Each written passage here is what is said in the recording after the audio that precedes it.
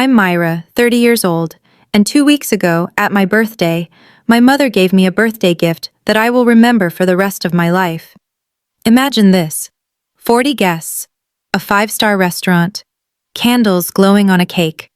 Then your mother grabs the microphone and announces you were adopted as a tax benefit, that you were never really family, that 30 years of trying to belong meant nothing. My sister burst out laughing. My father wouldn't even look at me. But what none of them knew was that I had an envelope in my purse, an envelope from my grandmother, and what was inside would make my mother run from her own party before the night was over. Before I continue, if you like stories like this, please hit like and subscribe, but only if you genuinely want to hear what happened next. Where are you watching from? Drop your city and local time in the comments. Now let me take you back 1 month earlier, to the day I got a phone call that changed everything. It was almost 8 o'clock on a Thursday night. I was still at my desk at Harrison & Cole Architecture, reviewing blueprints for a renovation project that wouldn't matter in 48 hours. My phone buzzed. Unknown number, Boston area code. I almost ignored it. These days, unknown numbers usually meant spam. But something made me answer. Miss Anderson? A man's voice, measured, professional. My name is Theodore Whitman. I was your grandmother's attorney. I straightened in my chair. Grandma Grace had passed 6 months ago. We'd had the funeral, read the will, said our goodbyes. Why was her lawyer calling now? There's a matter I need to discuss with you, he continued. In person. It concerns documents your grandmother left specifically for you. I don't understand. The estate was already settled. This is separate. He paused. Your grandmother left explicit instructions that no one else in your family should know about this conversation. She was very particular about that. My heart began to pound. Grandma Grace was the only person in my family who'd ever made me feel like I wasn't an outsider. She'd held my hand at family dinners when Patricia made her little digs. She'd whispered to me once when I was crying in her garden, "You belong here more than you know, sweetheart. One day you'll understand." I'd never understood what she meant. When can we meet? I asked. Tomorrow morning, 9 o'clock. I'll text you the address. After I hung up, I sat in my dark office for a long time. Grandma Grace had kept secrets. Secrets meant only for me. Part of me was afraid of what I'd find. A bigger part needed to know. That night, I came home to my apartment, the cramped 1-bedroom I rented alone because living with family had never been an option. My phone buzzed again. The family group chat. Patricia Anderson, my mother, or rather, the woman who raised me, had sent a message. Big news. We're throwing Myra a 30th birthday dinner at the Sterling. Saturday the 15th, 7 p.m. Everyone's invited. I read it 3 times. The Sterling was one of Boston's most exclusive restaurants. My parents had never, not once in 30 years, thrown me a party like that. For my 18th birthday, I got a quiet family dinner. Grocery store cake, a card with nothing written inside except happy birthday. That same year, Jenna turned 15 and got a pool party with 30 friends, a DJ, and a professional photographer. I remembered sitting at my own birthday dinner, watching Patricia introduce guests. This is Jenna, our daughter, and this is Myra. That pause, that tiny, deliberate pause before my name. I'd heard it 1,000 times. I stared at Patricia's text. Why now? Why this sudden grand gesture? Something felt wrong, like finding money on the street and knowing there had to be a catch. But maybe, whispered a hopeful voice I couldn't quite silence, maybe she's finally trying. Maybe this is different. I typed back, "Wow, thank you so much. I'm so surprised." Patricia replied immediately, "You deserve it, sweetheart." Sweetheart. She'd never called me that before. I set down my phone and stared at the ceiling. Tomorrow I'd meet with Grandma Grace's lawyer. Something told me I should know what was in those documents before I walked into any party Patricia planned. Theodore Whitman's office smelled like old leather and expensive mahogany. He was exactly what you'd expect. Silver hair, wire-rimmed glasses, the kind of handshake that meant business. Please, sit. He placed a large envelope on the desk between us. Cream-colored, sealed with wax, stamped with Grandma Grace's initials. G.A. Your grandmother prepared this 5 years ago, he said. When she was in perfect health and of completely sound mind, she made me promise to deliver it only to you, and only after her passing. I touched the envelope. It felt heavy with secrets. What's inside? A copy of her will, a personal letter, and a smaller sealed envelope she instructed you not to open unless, in her words, absolutely necessary. He met my eyes. She said you would know when the time was right. My hands trembled as I broke the seal. The will came first. I scanned the legal language until I found my name. I hereby bequeath the Anderson estate, along with all property and contents therein, to my granddaughter, Myra Anderson. I stopped breathing. The Anderson estate, Grandma Grace's mansion, the house where every holiday dinner happened, every family reunion, every important gathering. The house Patricia had decorated and maintained for 20 years, as if it were already hers. This can't be right. It's entirely legal. 3 independent attorneys witnessed the signing. Video documentation exists. But why me? Mr. Whitman handed me the letter. Perhaps this will explain. He leaned forward. The will goes public in 2 weeks. Your grandmother wanted you to have time to prepare. Prepare for what? His expression was grim. For what your family might do when they find out. I waited until midnight to read Grandma Grace's letter. My apartment was dark except for one lamp. Outside, Boston hummed with distant traffic. I unfolded the pages, her elegant handwriting, achingly familiar, and began. My dearest Myra, if you're reading this, I'm gone. And there are things I should have told you when I was alive. I wasn't brave enough then. I'm sorry. First, know this. I have loved you from the moment I first held you. Not because I had to, because you were light in a family that had forgotten how to shine. Second, I'm sorry I couldn't protect you better. I watched Patricia diminish you year after year, and I should have fought harder. I should have said more. Third, and this is the hardest part, you are not a stranger, Myra. You are not some random child adopted for convenience. You belong to this family more deeply than anyone has told you. You are my blood. My real blood. I cannot explain everything in this letter. The small envelope contains the full truth. Documentation, proof, everything you'll need when you're ready. But open it only when you must. When you're ready to face what it means. Be brave, my darling girl. You are so much stronger than they've ever let you believe. All my love, forever, Grandma Grace. I read it again, and again. You are my blood. What did that mean? I was adopted. Patricia had made sure I never forgot it. But Grandma Grace said I belonged, said there was proof. I looked at the smaller envelope, still sealed. Only open when absolutely necessary. I locked it in my safe that night. Something in my bones told me I'd need it soon. What I didn't know then, what I wouldn't learn until much later, was that across town, Patricia was making plans of her own. I pieced the story together afterward, from what Aunt Helen told me, and what I could infer from the wreckage. Patricia was pacing her living room. Jenna sat on the couch scrolling through her phone. I found out today, Patricia said, her voice tight. About the will. Jenna looked up. What will? Your grandmother's. That woman left the estate to Myra. Patricia's hands were shaking. The entire thing, the house, the land, everything.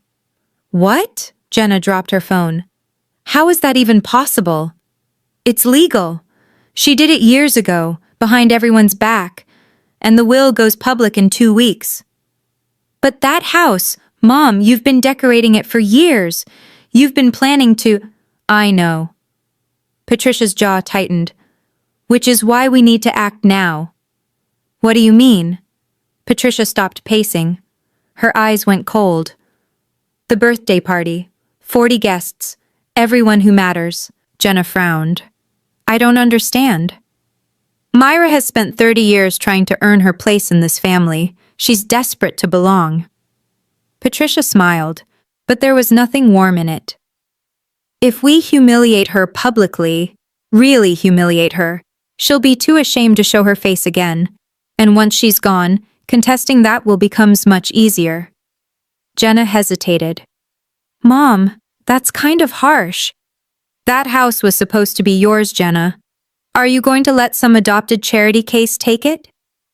The hesitation faded from Jenna's face. What do you need me to do? They had no idea what Grandma Grace had left me, and they had no idea I was ready to use it. 1 week before the party, I was at Nordstrom, doing something I rarely did, spending money on myself. A dress. Something beautiful. If my family was actually throwing me a real birthday party, I wanted to feel like I deserved to be there. The emerald one, said a voice behind me. It'll bring out your eyes. I turned. Lucas Smith, my closest friend at the firm, was grinning. Are you stalking me now? Saw you through the window. You looked like you were overthinking. He tilted his head. Talk to me. So I did. I told him about the lawyer, the will, the letter. Not everything, not the part about being blood, but enough. Lucas listened without interrupting. Then he said something I'd never forget. Myra, you've walked into that family's traps your whole life. If there's even a chance this party is another one? He looked at me seriously. Don't go in empty-handed. What do you mean? Bring everything your grandmother left you, just in case. Lucas, I don't want to turn my birthday into a war. You might not have a choice. He squeezed my shoulder. Just be prepared, that's all I'm saying. That night, I laid everything out on my bed. The will, the letter, the sealed envelope I still hadn't opened. The clutch I'd bought was small, barely room for a phone and lipstick, but just big enough for the truth. I tucked the envelope inside. Just in case, I told myself.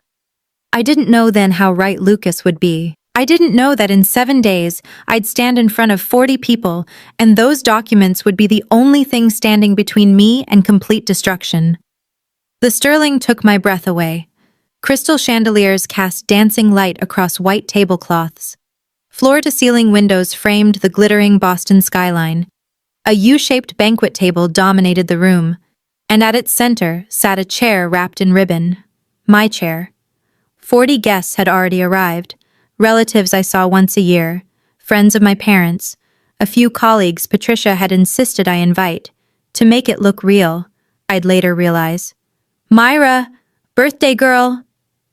Patricia swept toward me in a navy dress, arms open wide. Her hug was stiff, her smile not quite reaching her eyes. Thank you for all this, I said. It's a lot. You deserve it, sweetheart. That word again, sweetheart. My father, Richard, appeared next. Brief handshake, eyes that wouldn't meet mine.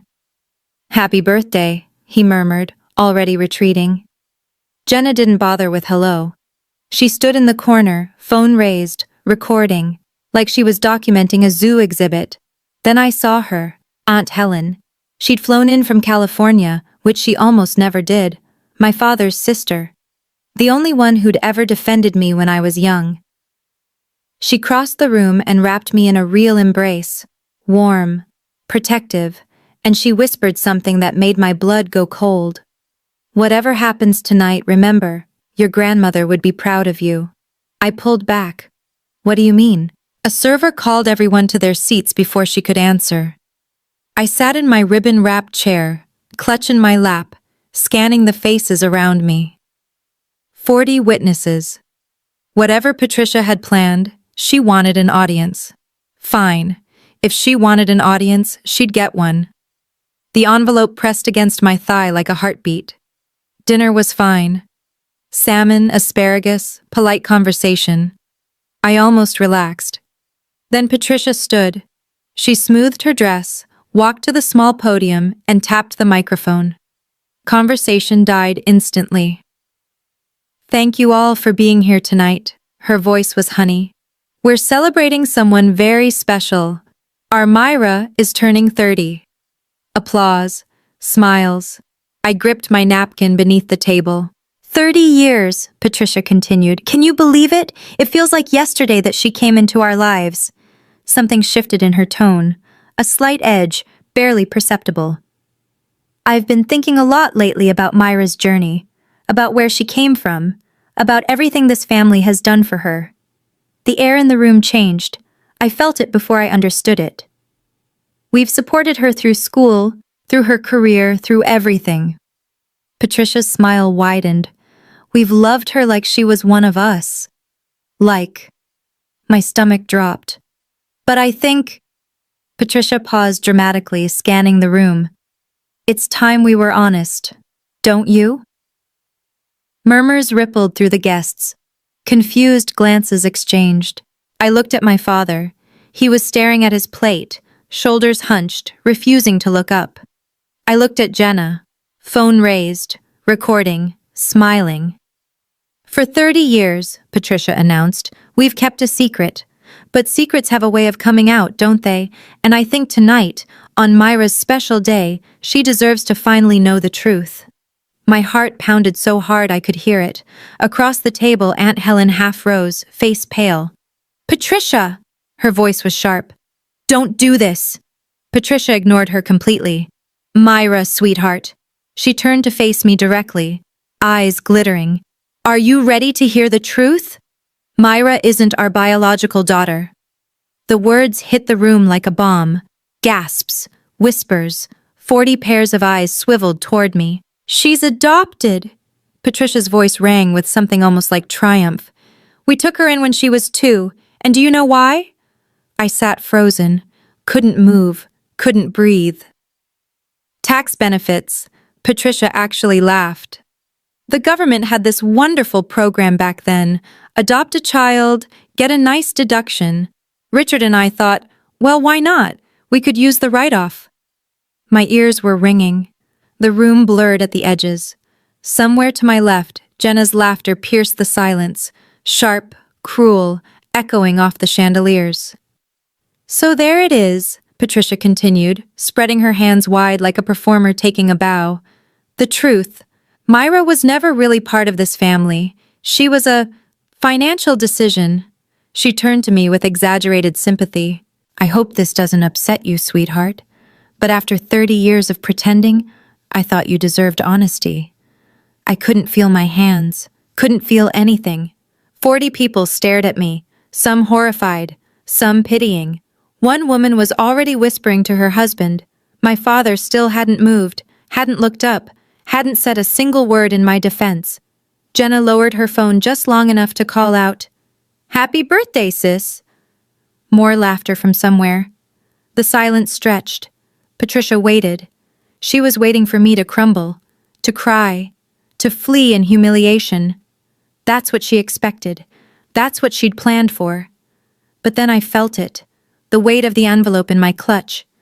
Grandma Grace's words echoing in my mind. Be brave, my darling.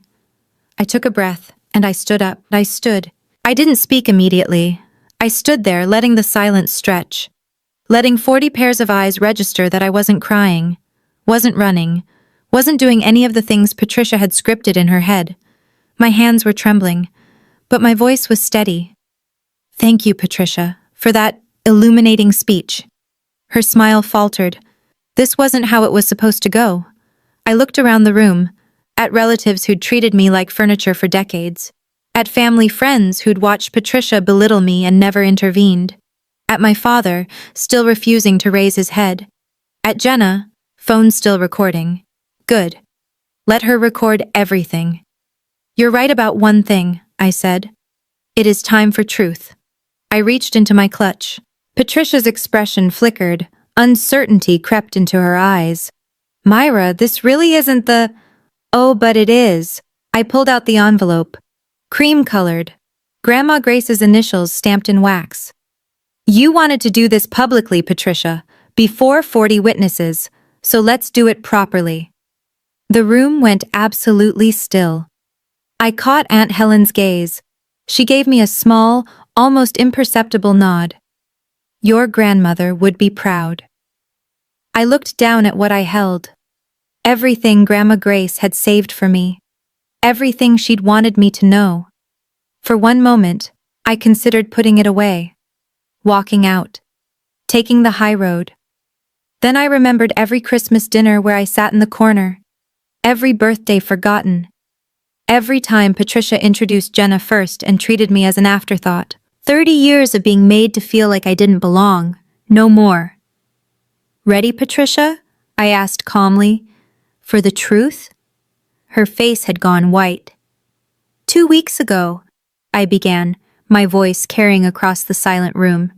I received a call from Theodore Whitman, an estate attorney. Some of you may know him. He handled my grandmother's affairs. Patricia went rigid. He had documents to give me. Documents my grandmother prepared 5 years ago when she was healthy and sharp and knew exactly what she was doing. I held up the envelope.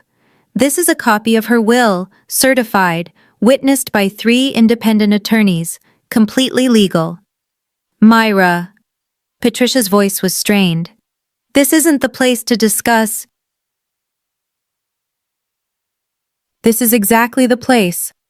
I kept my tone calm, professional. You made it the place when you called me a tax write-off in front of everyone I know. Several guests shifted uncomfortably. Someone coughed. So, let's talk about truth, Patricia. You seem to love truth so much. I opened the envelope. Let me share some. Jenna had lowered her phone. Her smile was gone. My father finally looked up. His face had gone gray. I pulled out the first document. Want to know what this says? Patricia's eyes were wide with something I'd never seen on her before. Fear. It says Grandma Grace left me the Anderson estate. The house, the contents, the land, everything. The room erupted in whispers. That's impossible, Patricia started. It's entirely legal. I cut her off. I can recite the exact language if you'd like, word for word. Patricia's mouth opened and closed. Nothing came out. But here's the thing. I smiled. Calm, controlled. The house isn't even the most interesting part. I watched her face drain of color. Do you want to tell them, Patricia? Or should I? Let me pause here for just a second. If you've made it this far and you want to know what else is in that envelope, tap like and drop a comment telling me what you think Grandma Grace's secret is.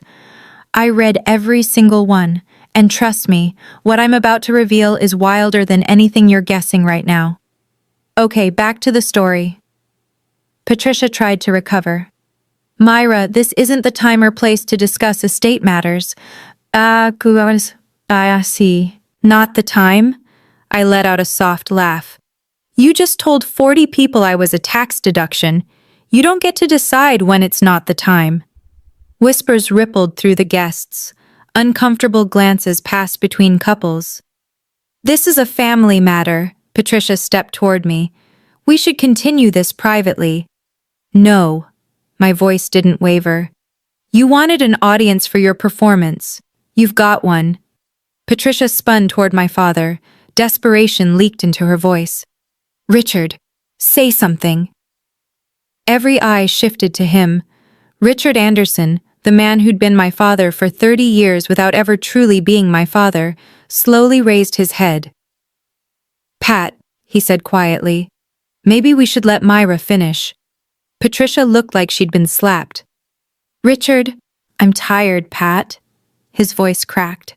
I've been tired for a very long time. Jenna's jaw dropped. Dad! Let her speak. The room fell silent again. I hadn't expected that. 30 years of watching my father avoid every conflict. 30 years of watching him look away while Patricia made me feel invisible. And now, finally, he was pushing back. It didn't fix anything. Not yet. But something had shifted. Patricia stood alone at the podium. No allies left. I almost felt sorry for her. Almost. Shall I continue? I asked. No one objected. Good. I pulled out the second document, Grandma Grace's letter. Because you haven't heard the best part yet. Patricia's face was completely white now. She knew. I could see it in her eyes. She knew what was coming, and she couldn't stop it. I held up the will so everyone could see. This is certified, notarized, legally binding, prepared 5 years ago by Theodore Whitman, Grandma Grace's personal attorney.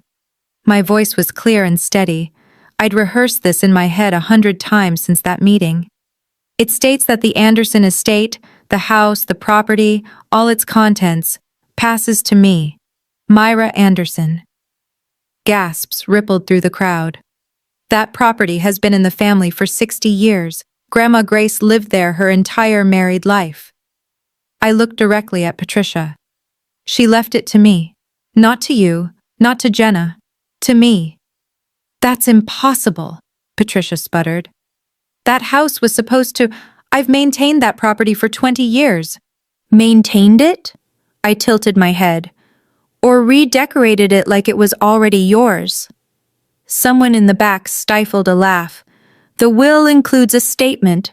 I read aloud. I make this decision because Myra is the only person in this family who loved me for myself, not for what I owned.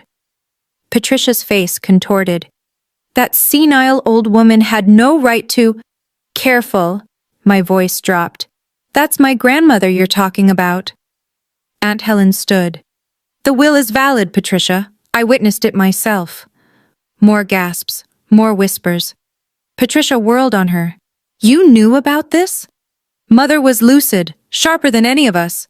Aunt Helen's voice was ice. She knew exactly what she was doing.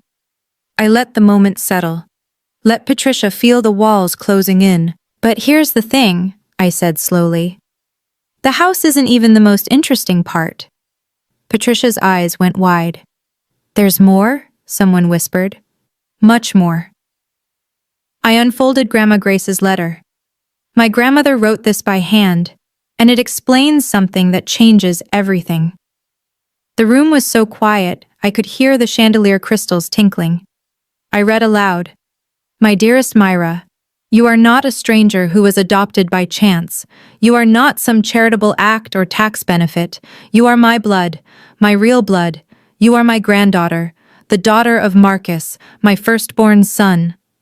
Chaos erupted, guests turning to each other, voices overlapping. Marcus? Who's Marcus? Patricia gripped the podium like she might collapse. That's a lie, she managed. Marcus was Richard's older brother. Aunt Helen's voice cut through the noise.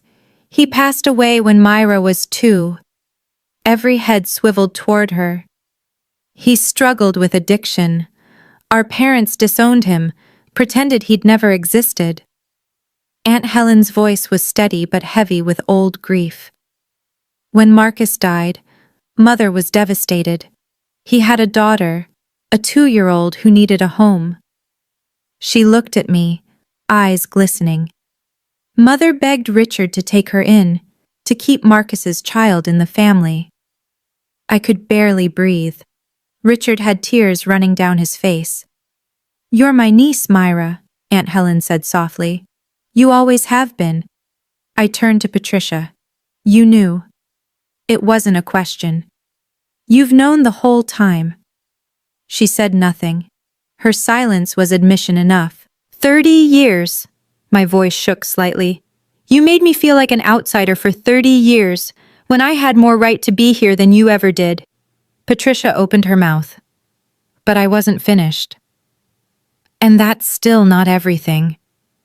I reached into the envelope and pulled out the smaller sealed packet, the one I hadn't opened until tonight. Grandma Grace had written on it, "Only open when necessary." If this wasn't necessary, nothing would ever be. My grandmother left me one more thing, I said. She told me to open it when I truly needed it. I looked at Patricia, at her white face, her shaking hands. I think now qualifies. Patricia lunged forward. Myra, wait. Whatever's in there. We can discuss this privately. Privately? I held the packet out of her reach. Like you privately planned to humiliate me tonight? Like you privately recorded it so you could share my shame with everyone? She froze. Yes, I figured it out. I glanced at Jenna, who was frantically trying to stop her phone. The public shaming, the recording. You thought if you embarrassed me enough, I'd disappear. Then you could contest the will without a fight. Patricia's mouth worked soundlessly. How did you? It doesn't matter how. I carefully broke the seal. What matters is what's inside. I pulled out 2 items. First, a DNA test result dated 28 years ago. Second, an old photograph, faded at the edges. I studied them for a long moment. My hands trembled, not with fear, but with the weight of understanding finally clicking into place. Grandma Grace kept thorough records, I said quietly. Very thorough. I looked up at Patricia. Would you like to explain these, or should I? Her face had gone from white to green. 40 people held their breath. I finally understood why Grandma Grace had chosen me, and why Patricia had spent 30 years trying to make me feel like I didn't belong. I held up the DNA test. This was taken when I was 2 years old, when Marcus, my father, was still alive. My voice was steady now, grounded in truth. It confirms I'm his biological daughter. I studied the results again, at the detail that had made my breath catch when I first read it. But there's something else, something about Marcus himself. Patricia made a strangled sound. Marcus Anderson, I read clearly, was not biologically related to Harold Anderson, the man listed as his father. The room erupted. What does that mean? Someone called out. It means, Aunt Helen said quietly, that our mother had Marcus before she married our father. He was from a previous relationship. Harold adopted him when they wed, but Marcus was never a biological Anderson. I let that sink in. So Marcus wasn't Harold's biological son. I'm Marcus's biological daughter, which means, I paused. The Anderson family has no blood claim to my grandmother's estate. Her property came from her family, not Harold's. I held up the photograph, a faded image of a young woman holding a baby. Same eyes, same smile.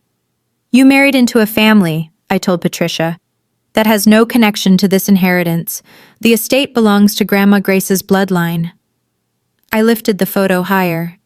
And that bloodline is me. Patricia swayed. You spent 30 years making me feel like I didn't belong, I said, but I'm the only one here who actually does. Someone started clapping, then another, then half the room. I didn't smile. I wasn't doing this for applause. I was doing it for truth, and the truth was finally free. Patricia attempted one final counterattack. This is ridiculous. That will can be contested. These documents could be forged. They're not forged, Aunt Helen stepped forward. I have video of Mother signing the will. I have the original DNA results in a safety deposit box, and I have 20 years of documentation of exactly how you treated Myra. Patricia whirled on Richard. Richard, are you just going to sit there? Are you going to let them attack your own wife? Every eye turned to him. Richard stood slowly. For the first time all evening, he looked his wife directly in the eye. Myra is my niece, he said quietly. My brother's daughter. She's always been family. His voice cracked. And I've spent 30 years watching you tear her down, watching you make her feel worthless. And I never stopped you. I never protected her. He turned to me. I'm sorry, Myra. I'm so deeply sorry. I nodded. I couldn't speak yet. Patricia looked around the room desperately, at guests who wouldn't meet her gaze, at Jenna crying silently in the corner, at the complete collapse of the perfect image she'd constructed over decades. This isn't over, she hissed. I'll fight this. You'll lose. My voice was calm. The will is airtight. The evidence is documented. And everyone here just heard you call your adopted niece a tax benefit. I stepped closer. You wanted to humiliate me, Patricia. You wanted to make me disappear, but all you did was show everyone exactly who you are. Patricia's face crumpled. For the first time in 30 years, she had nothing to say. I let myself breathe. The anger was still there, coiled in my chest. But I refused to become what Patricia was. I didn't want revenge. I wanted something better. I didn't come here to destroy anyone, I said. I came because I thought, maybe foolishly, that this was actually a birthday celebration. A few guests shifted uncomfortably. You tried to take something from me tonight, Patricia, my dignity, my sense of belonging, but here's what you never understood. I looked at her steadily. I don't need your permission to know my own worth. I never did. I just spent 30 years believing I did. I gathered the documents and returned them to my clutch. The estate is legally mine, but I'm not throwing anyone onto the street. That house meant something to Grandma Grace.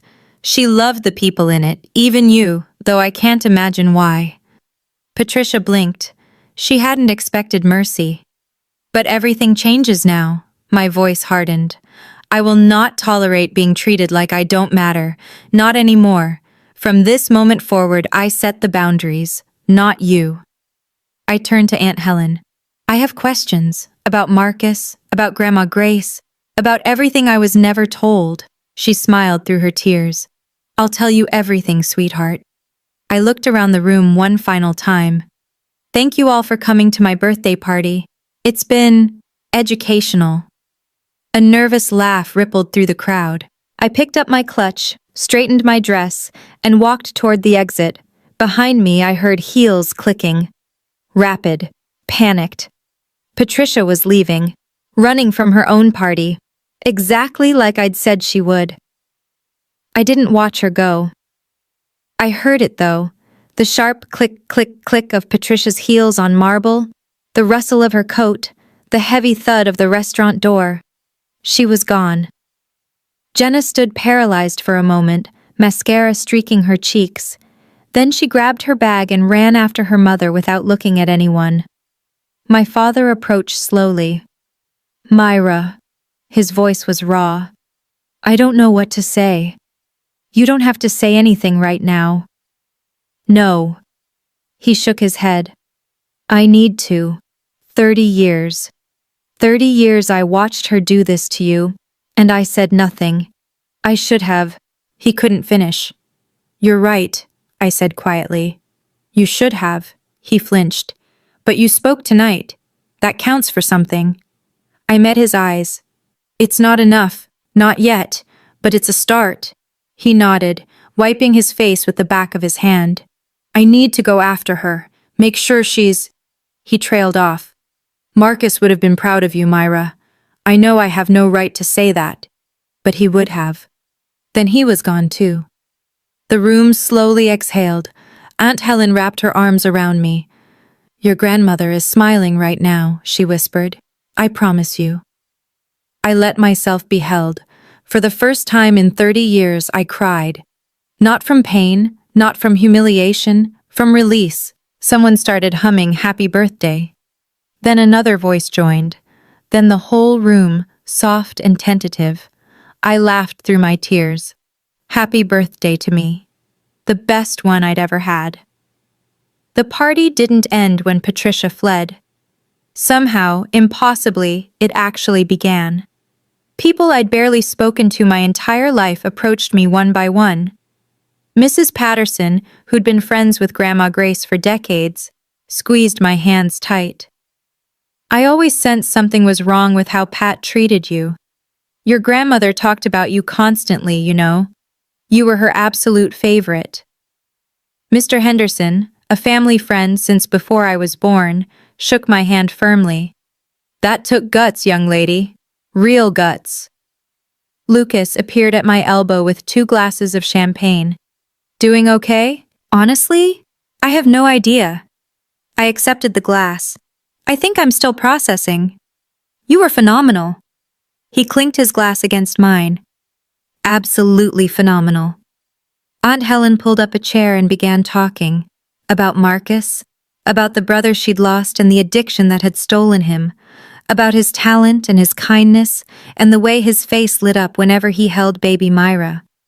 He wasn't perfect, she admitted. He made mistakes, but he loved you more than anything in this world. His last months, all he talked about was making sure you'd have a good life. I learned things I'd never known, that Marcus had painted, that there was a portrait of me as an infant that Grandma Grace had kept in her bedroom closet, that his addiction began after a car accident left him in constant pain. He wasn't a villain, Aunt Helen said softly. He was hurting. There's a difference. By midnight, the guests who remained were there because they wanted to be. For me. "Happy birthday, Myra," someone called out. I raised my glass. You know what? It finally is. 1 week after the party, the fallout was everywhere.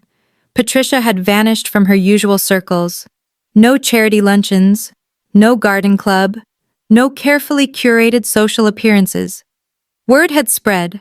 Someone at the party had leaked the story, and Boston's upper-middle-class gossip network ran with it. Jenna lost over 8,000 Instagram followers in 5 days. Brands quietly distanced themselves. Turns out people don't want to buy skincare from someone who laughed at her sister's public humiliation. Then Richard called. Richard. We met at a coffee shop far from the family's usual haunts. He looked like he'd aged a decade in a week. I need to tell you about Marcus, he said. Really tell you. So he did. He told me how Marcus was the golden child once, brilliant, creative, everyone's favorite, until the accident, until the pills, until addiction swallowed everything. Our parents gave up on him, Richard said. Pretended he didn't exist.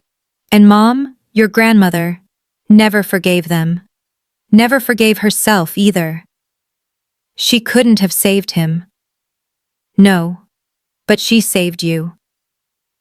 He looked at me with red-rimmed eyes. She made me promise to take you in, raise you as my own. And I did. But I failed at the rest. I let Patricia control everything. Let you grow up feeling unwanted. Why? Because I was a coward, his voice broke. Afraid of confrontation, afraid of Patricia, afraid of everything. I didn't forgive him that day. I wasn't ready, but I didn't walk away either. This isn't the end, I said, but it might be a start. He nodded, tears streaming. Baby steps. That's all any of us can take sometimes. I know this story is heavy. If you've ever had to set boundaries with toxic family members, if you've ever felt like an outsider in your own home, I want to hear from you. Drop a comment, share your story. I read every single one, and honestly, knowing I'm not alone in this helps more than I can say. Okay, let me tell you what happened when I finally visited the estate. 2 weeks after the party, I drove to the Anderson estate. I'd been avoiding it. Part of me wasn't ready to face the place where I'd spent so many holidays feeling invisible, the house Patricia had treated like her personal kingdom. But it was mine now. I needed to see it. Patricia and Jenna had moved out the week before, a temporary rental while they figured things out, according to Aunt Helen. They'd taken their personal belongings, but left the bones of the house intact. I walked through the quiet rooms slowly. The parlor where Patricia had hosted her parties, always positioning me in the back. The dining room where I'd sat through countless awkward holiday meals. The garden where Grandma Grace and I used to talk, while Patricia watched disapprovingly from the window. I climbed the stairs to Grandma Grace's bedroom. It still smelled like her. Lavender and old books. I sat on her bed and let the tears come. In her closet, behind winter coats and hat boxes, I found something I'd never seen. A cardboard box worn at the corners. Inside were photographs, dozens of them. Marcus as a child, Marcus as a teenager with paint-stained hands, Marcus holding a newborn baby, me, grinning at the camera like he'd won the lottery. On the back of that last photo, in Grandma Grace's handwriting, Marcus and Myra, my two greatest loves. 1994. I pressed the photo to my chest and sobbed. I'd never seen his face until now. But looking at him, I saw myself. The same eyes, the same crooked smile. I wish I'd known you, I whispered to the empty room. The house was silent, but for the first time, It felt like home. 3 weeks after the party, my phone rang. Jenna. Every instinct screamed to let it go to voicemail, but curiosity won. "Please don't hang up," she said immediately. "Please." I sat down. "I'm listening." "Can we meet? Somewhere neutral. I don't know. I need to talk." We met at a coffee shop on the other side of the city. Jenna looked different, smaller somehow. No perfect makeup, no Instagram-ready outfit, just a tired young woman in jeans and a wrinkled sweater. "I'm not here to apologize," she said immediately. "I mean, I know I should, but I'm not there yet." "Then why are you here?" She stared at her untouched latte. "I need to understand why Grandma loved you more." I blinked. "What?" "She always looked at you differently, like you were special." Jenna's voice cracked. "She never looked at me that way. Not once. Mom always said it was because you were the poor orphan and Grandma felt guilty.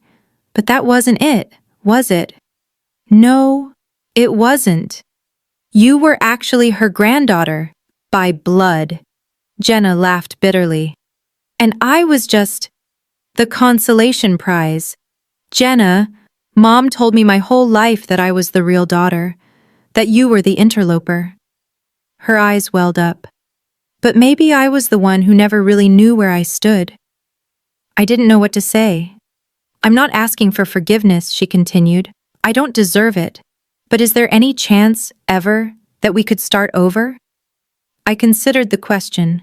"The door isn't closed," I finally said, "but you're going to have to earn your way through it." She nodded. It was the beginning of something. I just didn't know what yet. 1 month after the party, I made a list. Not a revenge list, a boundary list. Patricia. No contact. Not welcome at the estate. If she wanted to communicate, it would go through attorneys. Richard. Limited contact. Open to rebuilding, but slowly. Trust would be earned, not assumed. Jenna. Wait and see. She'd shown a crack in her armor, but cracks can seal over. I'd believe real change when I saw sustained evidence. Aunt Helen. Family. Real family. The kind I'd always wanted. I began making small changes to the estate. Nothing dramatic. I wasn't trying to erase memories. But I converted Grandma Grace's bedroom into a memorial space.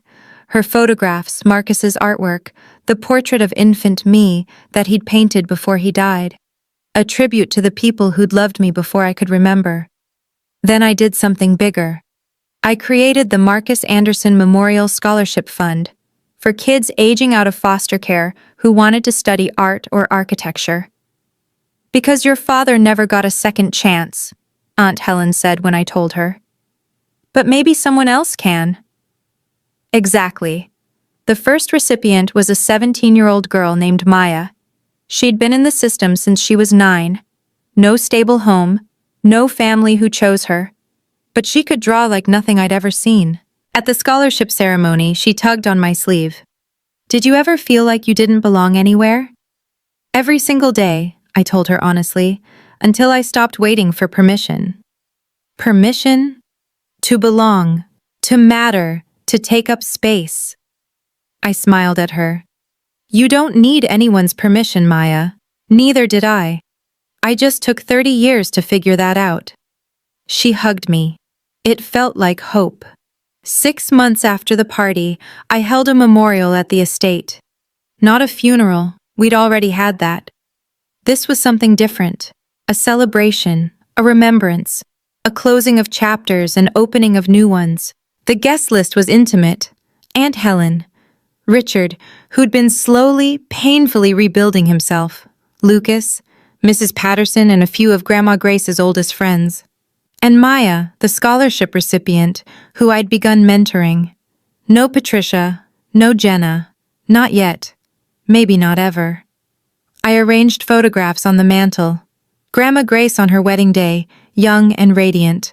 Marcus at 20, paintbrush in hand, eyes full of dreams he'd never fulfill. And the photo of him holding me, the one I'd found hidden in the closet.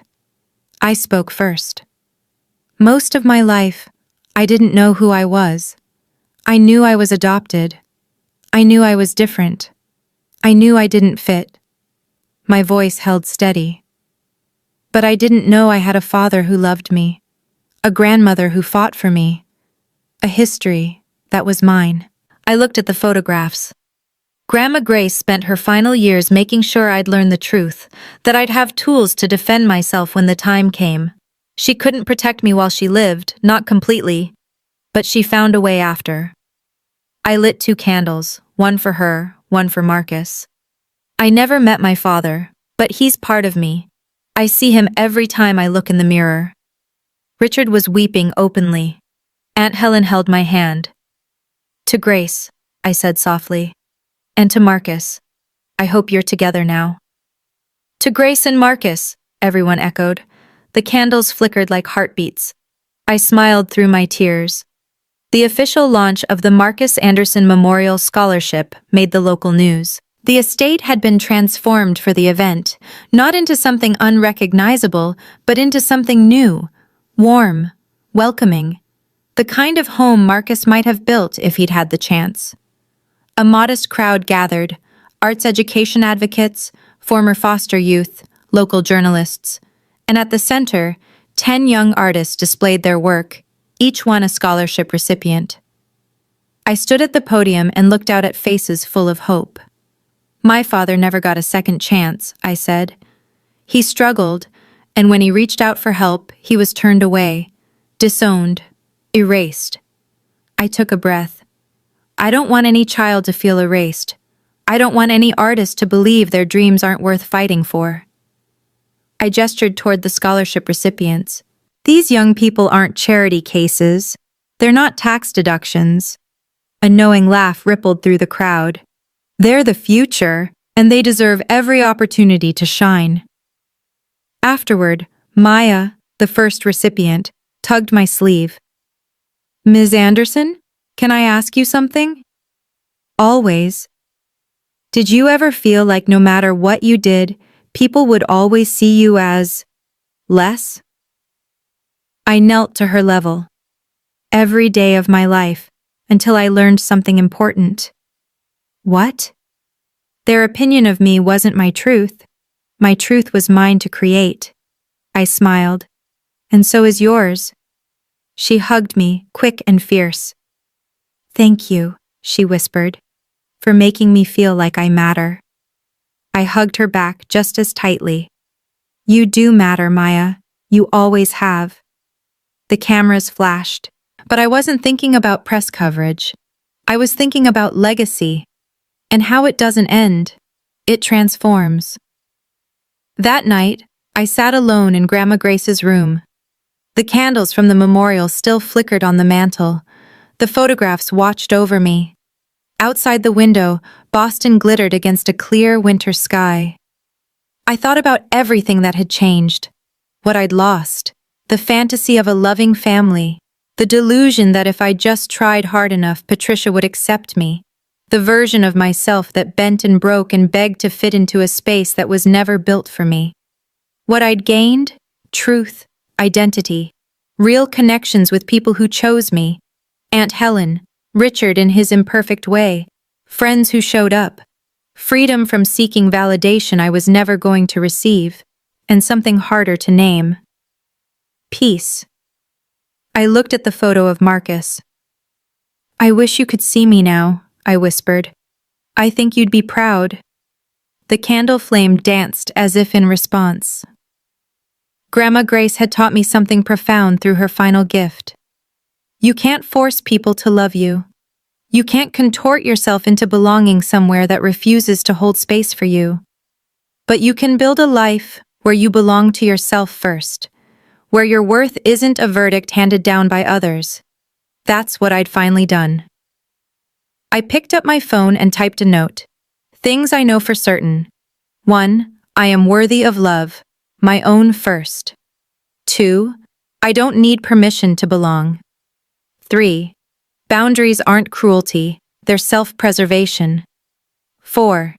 The people who matter will choose you, release the ones who don't. Ooh, I saved it. Then I stood, blew out the candles, and walked toward my future. Behind me, the house settled into quiet. I was finally home. Here's what I've learned. After everything that happened, I spent a lot of time trying to understand Patricia. Not to forgive her, I'm not there and I may never be. But to make sense of it. A therapist explained it to me this way. People like Patricia don't hate you because something's wrong with you. They hate you because you represent something they can't face in themselves. Marcus was the family's shameful secret, the failure they wanted to erase. And every time Patricia looked at me, she saw him. She saw everything the Anderson name wanted to bury. Her cruelty was never really about me. It was about her own fear, fear of losing control, fear of exposure, fear of not measuring up. She managed that fear by making me small, by making me the problem instead of examining her own reflection. That doesn't excuse a single thing she did, not even close, but understanding it helped me stop blaming myself. And me? My weakness was always believing I had to earn love. I spent 30 years auditioning for acceptance, performing, bending, shrinking, trying to prove I deserved a seat at a table that was never going to welcome me. The truth is, you don't prove you're worthy of love. You simply are. If you're watching this and you're trapped in a relationship, family, romantic, friendship, where you constantly feel like you have to justify your existence, ask yourself, why am I performing? And for who? The people who genuinely love you will never make you audition for it. That's the lesson. That's what 30 years of pain finally crystallized into clarity. NCTA. Thank you for staying with me through this whole story. If any of it resonated, if you've ever felt like an outsider in your own family, if you've ever had to draw lines you were terrified to draw, if you've ever discovered a truth that rebuilt everything, I want to hear about it. Leave a comment. Tell me your story. I read every single one, and I promise you this, you're not alone. If this story meant something to you, hit subscribe, not for the algorithm, but because if you're still here, you probably understand what it means to fight for your own worth. And I want to keep sharing stories like this with people like you. Check the description for more. And remember, you don't need anyone's permission to belong. You never did. See you in the next one.